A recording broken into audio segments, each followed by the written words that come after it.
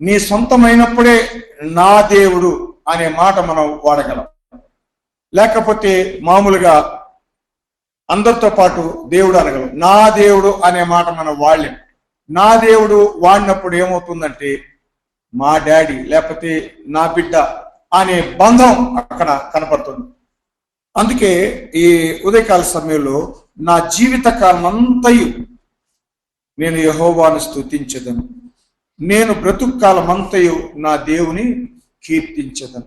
నేను ఎక్కడికి వెళ్ళినా కూడా ఆయన కీర్తిని నాలో నుంచి.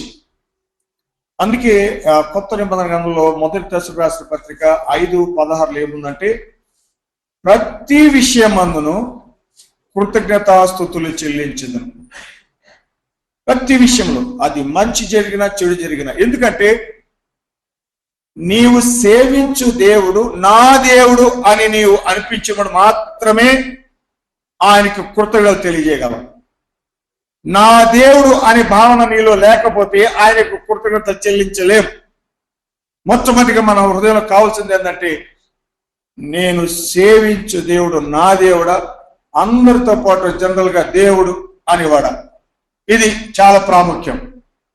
అందుకే నా దేవుడు అన్నప్పుడు మాత్రమే ఆయనకి మనము కృతజ్ఞతలు చెల్లిస్తాం. ప్రతి విషయంలో ఏది జరిగినా, మంచి జరిగినా చెడు జరిగినా, ఏం జరిగినా, ఎందుకనగా దేవా నువ్వు నా క్షేమాన్ని కోరే దేవుడు, నా మేలు కోరే దేవుడు, నా యొక్క మంచిని కోరే దేవుడు, నీవు తప్ప ఈ లోకంలో ఎవ్వరు లేరే. అందుకే ఈ 145:9 వచనం చూస్తే, యెహోవా అందరికీ ఉపకారి. యెహోవా అందరికీ అపకారి కాదు, ఉపకారి. ఆయన దగ్గర నుంచి ఉపకారం తప్ప వేరేది రాదు. ఆయన దగ్గర నుంచి మరి మంచి తప్ప చెడు అనేది రాదు. సో నా దేవుడు, అందుకే మొదటి దశకు రాసిన పత్రిక 5:16 ప్రతి విషయం మనను కృతజ్ఞతాస్తుతులు చెల్లించదను. ఈలాగు చేయట ప్రభువైన యేసుక్రీస్తునందు మన విషయంలో దేవుని చిత్తము. దేవునికి మహిమ కలుగును గాక. సో మనము ఆయన్ని ఆరాధించాలి అంటే మన హృదయాన్ని సిద్ధపరచుకోవాలి. నా దేవుడు నా క్షేమాన్ని కోరే దేవుడు, నా మంచి కోరే దేవుడు నాకు మంచి చేస్తాడు అనే ఒక నమ్మకం మీలోకి కలగాలి. దేవునికి మహిమ కలుగును గాక. అలాగే చూడండి, కీర్తన 29:11 వచనంలో ఒక మాట వ్రాయబడి చూడండి. కీర్తన గ్రంథము 29:11 వచనం, యెహోవా తన ప్రజలకు బలము అనుగ్రహించును. యెహోవా తన ప్రజలకు సమాధానం కలగజేసి వాళ్ళని ఆశీర్వదించును. ఇప్పుడు ఈ చదివిన భాగంలో మనకు ఏమర్థమవుతుంది చెప్పండి? యెహోవా తన ప్రజలకు కాదు కానీ తన ప్రజలకు. అందుకు ఇందాక ఏమన్నా నేను, యెహోవా నా దేవుడు, యెహోవా నా దేవుడు అయినప్పుడు నేను ఆయన ప్రజలు, మిగతా వాళ్ళు ఆయన ప్రజలు కాదు. సో ఇక్కడ ఏమన్నాడంటే, పరిశుద్ధాత్మ దేవుడు తన ప్రజలకు బలము అనుగ్రహిస్తాడు. ఇది చాలా ప్రాముఖ్యమైన మాట. ఆ బలం అనేది లోకంలో దేనితో సాటిరాని బలం. యెహోవా నా బలం. ఆ బలంతో ఈ లోకంలో జయించగలం, జీవించగలము, సాతాన్ని జయించగలం. మనం తినే తిండి వల్ల, వేసుకునే టాబ్లెట్ వల్ల, ఇంకా దేని ద్వారా వచ్చే బలం వల్ల మనం ఏమీ చేయలేం. దేవుడిచ్చే బలం ద్వారా మాత్రమే. ఇప్పుడు కొన్ని సందర్భాల్లో అయ్యా షుగర్ ఈయనకి 500 ఉంది అంటారు. డాక్టర్ ఆశ్చర్యపోతాడు, ఈయన షుగర్ 500 ఉంది, ఎలా బ్రతుకుతున్నాడు? డాక్టర్కే ఆశ్చర్యం కలుగుతుంది. అది దేవుడిచ్చే బలం అండి. మన జీవితాల్లో ప్రతికూల పరిస్థితులు ఉన్నప్పటికీ మనం సంతోషంగా ఉంటాం. ధైర్యంగా ఉంటాం, బలంతో ఉంటాం. ఇది దేవుడు మనకి అనుగ్రహిస్తున్న ఒక ప్రివిలేజ్, ఆధిక్యత లాంటిది. ఇప్పుడు మనకి నేను ఎన్నో బాధలు ఉన్నా, ఎన్నో కష్టాలు ఉన్నా, ఎన్నో పరిస్థితులు నలుగుతున్నా, అయినప్పటికీ ఆయన ఇచ్చే బలాన్ని బట్టి మీతో నేను మాట్లాడగలుగుతున్నా. ఆయన మాటలు దేవునికి మహిమ కలుగును గాక. ఈ బలము మనకు దేంతో సాకారు. అందుకే అపోస్తలుడు పౌలు కూడా ఆయన అనుభవాలు అంటాడు, బాహ్య పురుషుడు క్షీణించుచున్నాను. అంటే బయట ఇంతలా కనబడచ్చు మనిషి, ఇంతలా ఉన్న మనిషి దేవుని నమ్ముకున్న తర్వాత ఇలా అయిపోయి ఉండొచ్చు, ఉపవాసాలు ఉండి దేవుని కొరకు సాధించాలని సన్నగా అయిపోవచ్చు. అందుకే ఆయన అంటాడు, బాహ్య పురుషుడు క్షీణించుచున్నాను, అంతరంగ పురుషుడు రోజు రోజుకి బలం. ఇదండి నేను అన్నిటిగా ఉన్నప్పుడు ఈ రంజాన్ పండగకి ఏ రోజు ఉపవాసం ఉండేది. దేవుని నమ్ముకున్న తర్వాత ఒక పూట ఉన్న, 2 పూటలు ఉన్న, 2 రోజులు, 3 రోజులు, వారం రోజులు ఉపవాసం ఉన్నా. ఆ బలం ఎక్కడి నుంచి వచ్చింది నాకు తెలియదు. అంతకుముందు ఏంటి, 3 పూటలు కాదు 4 పూటల నా బలం చాలని చెప్పి శుభ్రంగా లైక్ చేశాడు. ఏ రోజు ఉపవాసం ఉండేవాడు కాదు. కానీ దేవుడికి వచ్చిన తర్వాత దేవుడిచ్చే బలము అది మాటలతో వర్ణించలేని బలము. నేను ఈ రోజు బతుకుతున్నాను అంటే ఆయన బలంతో. ఈ లోకం ఇంకా ఏ బలంతో కాదు. నాకు ఎంతమంది తెలుసున్నారు, ఎంతమంది స్నేహితులు, బంధువులు, రక్త సభ్యులు ఎంతమంది ఉన్నా కూడా ఆయన ఇచ్చే బలం ఏది పనికిరా.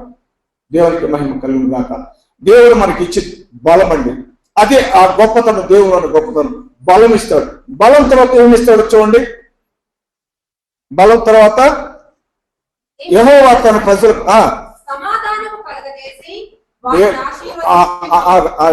నెంబర్ 1 బలం ఇచ్చాడు. నెంబర్ 2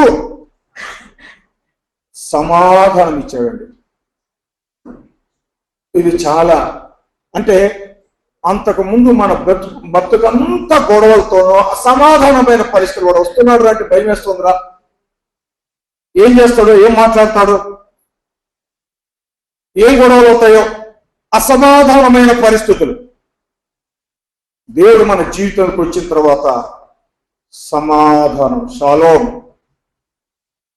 ఎక్కడికి వెళ్ళినా ఆయన వస్తున్నాడంటే మాకు ఆశీర్వాదం అయ్యా, మాకు క్షేమయ్యా.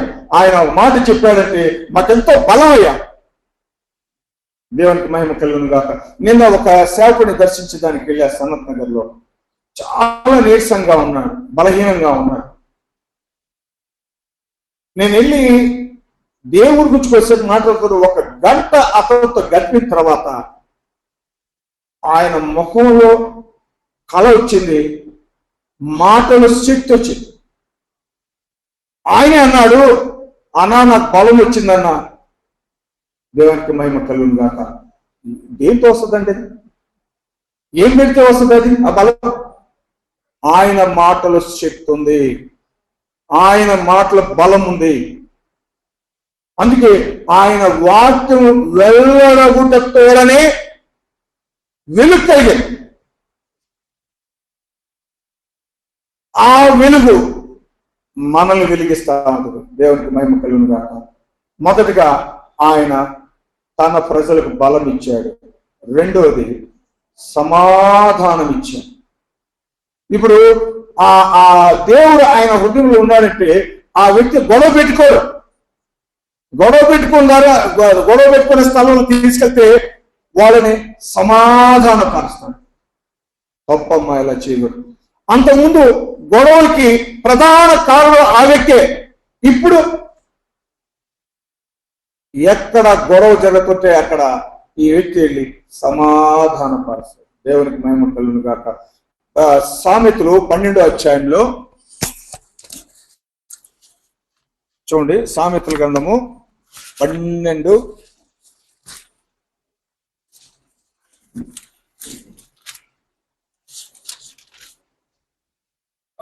20 అండి.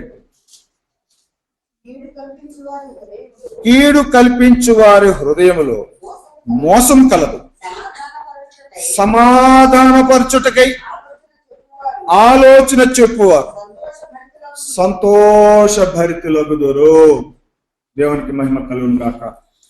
సమాధానం కొరకు ఆలోచన చెప్పేవాళ్ళు, ఆ మాట రిసీవ్ చేసుకున్న వాళ్ళు సంతోషంగా ఉంటారు, ఆ మాట చెప్పిన వాళ్ళు సంతోషంగా ఉంటారు. దేవునికి మహిమ కలుగునుగా. దేవునిలో ఉన్న ఆధిక్యత, గొప్పతనం అదేనండి, సమాధానం. ఆ వ్యక్తి వస్తున్నాడంటే, అందుకే సమూయేలు భక్తుడుగా అంటారు, నువ్వు సమాధానంగా వస్తున్నావు. దేవునికి మహిమ కలుగును గాక. ఈ సమయంలో చూడండి, మొదటిగా ఆయన మనకు ఏమిచ్చాడు? బలం ఇచ్చాడు. దేవుని నమ్మిన తర్వాత ఆ యొక్క దేవుని బలం ద్వారా తప్ప వేరే ఏ బలం ద్వారా జీవించలేదు. దేవునికి మహిమ. నా అనుభవంతో చెప్తున్న మాట. దేవునికి స్తోత్రం. రెండోది బలం తర్వాత సమాధానాన్ని అనుభవించాడు. సమాధానం తర్వాత అదే వచ్చిన చూడండి, సమాధానం తర్వాత ఏముంది? ఆశీర్వాదము. దేవునికి మహిమ కలుగును గాక. దేవుడు మనల్ని ఆశీర్వాదానికి కర్తలుగా, ఈ లోకంలో ఆశీర్వాదం ఈ లోకానికి వచ్చిందిరా అంటే ఒక జీవం గల దేవుని బిడ్డ ద్వారా తప్ప ఇంకెవరి ద్వారా రాదు. అర్థమవుతుంది అన్నమాట. ఈ లోకానికి మన ఇంట్లో కావచ్చు, పక్కన కావచ్చు, మన వీధి కావచ్చు, మన ఊరికి కావచ్చు, మన రాష్ట్రానికి కావచ్చు, మన దేశానికి కావచ్చు, సర్వలోకానికి కావచ్చు, ఆశీర్వాదం వచ్చింది అంటే మన ద్వారా, జీవం గల దేవుని బిడ్డల ద్వారా మాత్రమే ఆశీర్వదించబడతారు. ఇంకా ఎవరు ఆశీర్వాదాలు ఇచ్చేదానికి ఇష్టపడరు, ఆశీర్వదించేదానికి ఇష్టపడరు. ఎంత గొప్ప ఆధిక్యత దేవుడు మనకి ఇచ్చాడు చూడండి. ఇంత గొప్ప ఆధిక్యత ఇచ్చిన దేవుణ్ణి మనం ఆరాధించకుండా, ఆయన స్తుతించకుండా, ఆయన ఘనపరచకుండా, ఆయన్ని మహిమపరచకుండా, హెచ్చించకుండా మనం మౌనంగా ఉండగలమా? అంత గొప్ప ఆధిక్యత దేవుడు మనకిచ్చాడండి. దేవుడు మహిమ కలుగును గాక. మీరు ఆశీర్వదించబడ్డారా అంటే మీరు అనుకోవచ్చు, ఆశీర్వాదం అనుకుంటే అంటే ఏమనుకున్నారు? ఏదో 10 బిల్డింగ్లు, 10 కార్లు, బ్యాంకులు బ్యాలెన్సు. ఇది కాదండి. పరిశుద్ధ లేఖన భాగం సెలవిస్తుంది, శాంతి, సంతోషం, సమాధానంతో ఉండడమే ఆశీర్వాదం. శాంతి, సంతోషం, సమాధానంతో ఉండడమే దేవుని యొక్క ఆశీర్వాదం. అంతేగాని కోట్లు, బ్యాలెన్స్లకి, లేకపోతే కార్లు, ఈ లోక సంబంధించిన ఐశ్వర్యాలతో సమాధానం ఉండదు, అసమాధానమే ఉంటుంది. దేవునికి మహిమ కలుగునగా చెప్తున్నాం. ప్రియమైన వారలారా, దేవుని ఆశీర్వాదం ఏంటంటే మనము సమాధానం కలిగి ఉండడమే ఆశీర్వాదం. నిండు కుండలాగా ఉంటుంది, దేనికి తొణకదు, వెనకదు. అందరూ ఆ నిండు కొండ దగ్గరికి అందరూ వస్తారు. మిగతా సగం కొండలన్నీ తొణకుతూ ఉంటాయి. ఈ నిండు కొండగా చేసింది ఆయన. దేవునికి మహిమ కలుగును గాక. నా దగ్గర ఏమీ లేకపోయినా 10 మందికి నేను అన్నం పెట్టగలుగుతున్నాను అంటే ఆ ఆశీర్వాదం ఎక్కడి నుంచి వచ్చింది? దేవునికి స్తోత్రం. అవి కంటికి కనబడవు, చెవికి వినబడవు, హృదయానికి అర్థమే కావు. ఎక్కడి నుంచి వస్తుంది? ఎలా వస్తుంది? ఎలా బ్రతుకుతున్నారు? ఈ రోజుల్లో భార్యాభర్త 2 పిల్లలు బ్రతకడమే మహా కష్టంగా ఉంది. వీళ్ళు ఏం చేయాలా, ఎలా చేయాలా, ఏంటి ఆలోచిస్తూ ఉంటారు. కానీ అంతమంది దేవుడు మనల్ని బ్రతికిస్తున్నాడంటే దేవునికి మహిమ కలుగును గాక. దేవునికి మహిమ కలుగును గాక. బ్యాంకుల్లో ఉంటాయా? ఇంకెక్కడ ఉంటాయా? ఆయన దగ్గర ఉంటాయండి ఆశీర్వాదాలు.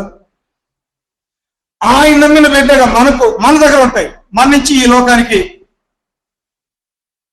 వస్తూ ఉంటాయి. దేవునికి స్తోత్రం. మనం ఎవరింటికి వెళ్ళినా, ఎవరి దగ్గరికి వెళ్ళినా, ప్రభా దీవించు, ఆశీర్వదించు అంటాం. ఏం నన్ను బాధ పెట్టాడు, కష్టపెట్టాడు, నన్ను తిండి లేకుండా చేశాడు, నానా బాధ పెట్టాడు కాబట్టి చెప్పించు అని ఏ రోజు మనం అన్నాము. దేవునికి మహిమ కలుగును గాక.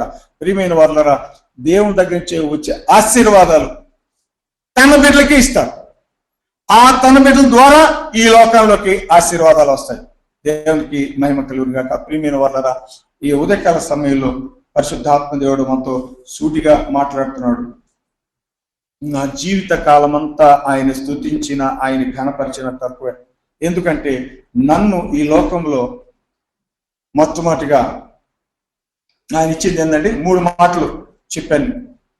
3 మాటలు. మొదటిది ఏంటండి? 29 బలం ఇచ్చాడు. మరి మీకు ఇచ్చాడో లేదో మీరు ఆలోచించుకోండి.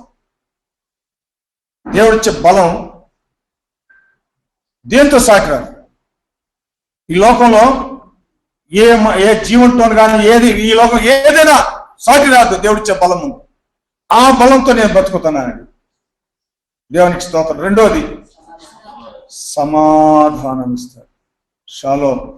ఎక్కడికి వెళ్ళినా ఆయన వచ్చాడంటే చాలండి, మా ఇంట్లో సమాధానం. అప్పటిదాకా టెన్షన్గా బాధగా ఎలా ఏంటి అని ఆలోచిస్తూ నలుగుతూ ఉంటామండి. ఆయన వచ్చాడు, అడుగుపెట్టాడు, మా నెమ్మది ఉందండి. ఇప్పుడు దేవునికి స్తోత్రం. సమాధానం. 3 ఆశీర్వాదం ఇస్తాడండి. ఆశీర్వాదం. ఆ ఆశీర్వాదం మన ద్వారా ఈ లోకానికి వచ్చేటట్లుగా దేవుడు మనల్ని వాడుకుంటాడు. దేవునికి మహిమ కలుగును గాక. మరి ఇన్ని గొప్ప ఆధిక్యతలు ఇచ్చిన దేవాది దేవుడు. అందుకే కొత్త నిబంధనలు 1 Thessalonians 5:16 ఏమంటారంటే, ప్రతి విషయమందును కృతజ్ఞతాస్తుతులు చెల్లించు. ఈ విధంగా చేయడం ప్రభువైన యేసుక్రీస్తునందు మన విషయంలో దేవుని చిత్తము. దేవుడు మన పక్షాన ఉన్నాడు. దేవునికి స్తోత్రం. మనమందరం కృతజ్ఞత నిండిన హృదయాలతో దేవుని ఆరాధిద్దాం, పూజిద్దాం, సాగిలపడదాం. దేవుడు ఈ వాక్యాన్ని దీవించునుగాక.